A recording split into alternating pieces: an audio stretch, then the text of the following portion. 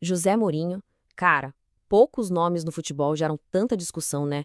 Ou se ama ou se odeia, mas uma coisa ninguém pode negar: a quantidade de títulos que ele conquistou. Então, o que a gente vai fazer aqui é ir além da figura polêmica, da marra, para tentar decifrar o método por trás daquela máquina de vitórias, principalmente naquele começo de carreira simplesmente avassalador. E aí fica a pergunta, né? Como? Como é que um treinador que era relativamente novo no cenário principal conseguiu empilhar tantos títulos importantes tão rápido? A resposta, olha, não está só na grana dos clubes ou na sorte, não.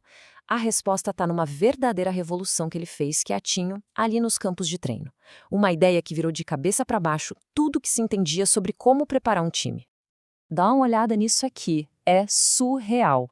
Em 4 temporadas completas, ele não ganhou, ele colecionou títulos. Liga Portuguesa, Champions League com o Porto, que era algo impensável. Aí ele chega na Inglaterra e de cara ganha a Premier League com o Chelsea.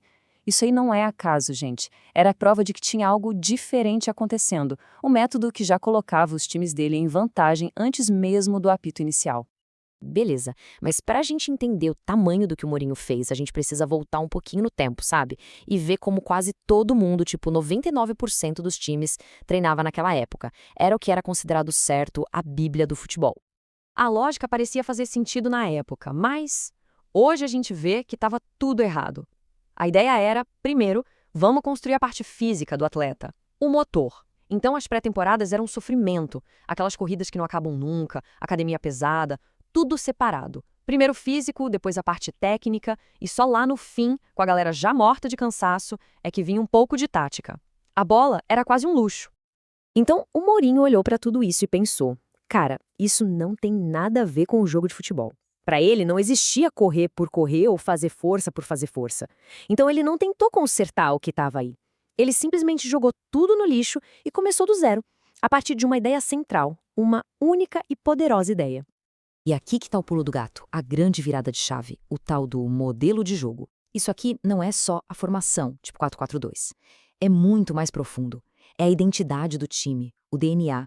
É um manual de instruções que diz como o time tem que se comportar em cada segundo do jogo, com a bola, sem a bola, na hora que perde, na hora que recupera.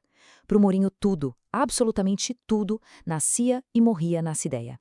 E o genial disso aqui é que ele simplesmente virou a pirâmide do futebol de ponta cabeça. No jeito antigo, a base de tudo era o físico. Com ele, não. A base é a ideia, é o modelo de jogo. A partir dessa ideia, ele cria as regras, os princípios. Por exemplo, recuperar a bola em 5 segundos. E só depois ele desenha um treino para ensinar exatamente isso. A parte física deixou de ser o ponto de partida. Ela vira uma consequência de treinar do jeito que ele quer. É como o próprio Mourinho falou, e essa frase é matadora. O modelo, a ideia, é maior do que qualquer jogador. A meta era essa: criar uma mente coletiva, uma orquestra em campo, onde todo mundo toca a mesma música, no mesmo ritmo, mesmo que troque um músico ou outro. Beleza. Com essa filosofia na mão, o Mourinho partiu para cima de umas verdades que eram consideradas sagradas no futebol. Ele foi um por um quebrando esses mitos. Vamos dar uma olhada? O primeiro a cair foi o mito da preparação física. O raciocínio do Mourinho é simples. Peraí, em que momento do jogo um jogador corre em linha reta, sem bola, sem adversário, sem ter que tomar uma decisão? Nunca! Então por que diabos treinar assim? Acabaram as corridas sem sentido. Todo treino era com bola e com um objetivo tático. A condição física para aguentar o jogo era desenvolvida ali, jogando. Outra coisa que ele detonou, o mito do pico de forma. Aquela ideia de que o time tem que estar voando em abril, por exemplo. Para ele, isso era besteira. Pô, uma temporada é uma maratona de 10 meses, não uma corrida de 100 metros. O objetivo não era ter altos e baixos, e sim um padrão de jogo alto e constante, o tempo todo. E o que garantia isso era o domínio do modelo de jogo. E essa aqui é uma mudança de mentalidade fantástica. Quando alguém falava em treino intenso, todo mundo pensava em correr mais, em suar mais. Pro Mourinho, intensidade era outra coisa. Era na cabeça, era mental. Era a rapidez e a complexidade das decisões que o jogador tinha que tomar. Um treino intenso era aquele que exigia concentração máxima. Era sobre fritar o cérebro do jogador, não só o pulmão. No fim das contas, a lógica é essa. Cada segundo do treino era pensado para ser o mais parecido possível com o jogo real. Cada exercício tinha um porquê tático, nada era por acaso.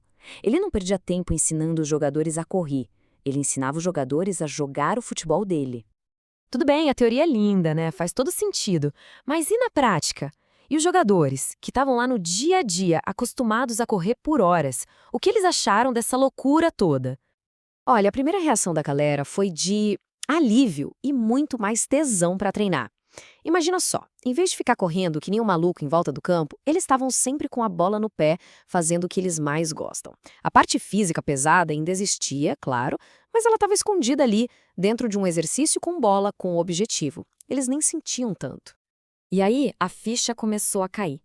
Os jogadores, como o Drogba falou, perceberam que o que eles faziam de segunda a sexta era exatamente o que ia acontecer no sábado. Não tinha surpresa no dia do jogo. Sabe por quê? Porque eles já tinham vivido aquela situação 1000 vezes no treino, de forma específica. E o que isso gera? Uma clareza, uma confiança absurda. Como disse o Joe Cole, não tinha dúvida. Todo mundo, do goleiro ao centroavante, sabia o que fazer em qualquer situação. O time deixava de ser 11 caras e virava uma coisa só, um bloco, uma unidade que pensava junto. Agora, se liga nesse depoimento, que para mim é o mais impressionante de todos. Veio do Vitor Bahia, um goleiraço que bateu de frente com o Mourinho e foi até afastado do time. Ou seja, o cara estava de castigo, podia estar com raiva, mas mesmo assim, conversando com um amigo, ele admitiu, o método do cara era genial. Poxa, quando até quem tem motivo para te odiar reconhece seu valor, é porque a coisa é séria. Então, no final, a gente entende que a revolução do Mourinho foi muito maior do que só levantar taças. Foi uma vitória de conceito. Ele não só montou times campeões, ele provou que existia um jeito completamente diferente e muito mais inteligente de se pensar o futebol. Essa forma de pensar ficou conhecida como periodização tática. E os princípios são basicamente tudo aquilo que a gente conversou. O modelo de jogo é o rei de tudo. Não existe treino físico separado do tático, é tudo junto e misturado. O treino tem que ser específico para o seu jeito de jogar, a intensidade está na cabeça, na concentração, e o objetivo é ser bom o ano inteiro, não só em alguns meses. É uma quebra total com o passado. E isso tudo deixa uma grande questão no ar, né? O que o Mourinho fez foi só criar um segredo pessoal para ele ganhar?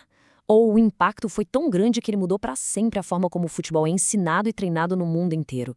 A resposta, bom, talvez ele esteja na prateleira de troféus de uma geração inteira de técnicos que vieram depois dele e que, de uma forma ou de outra, beberam dessa fonte.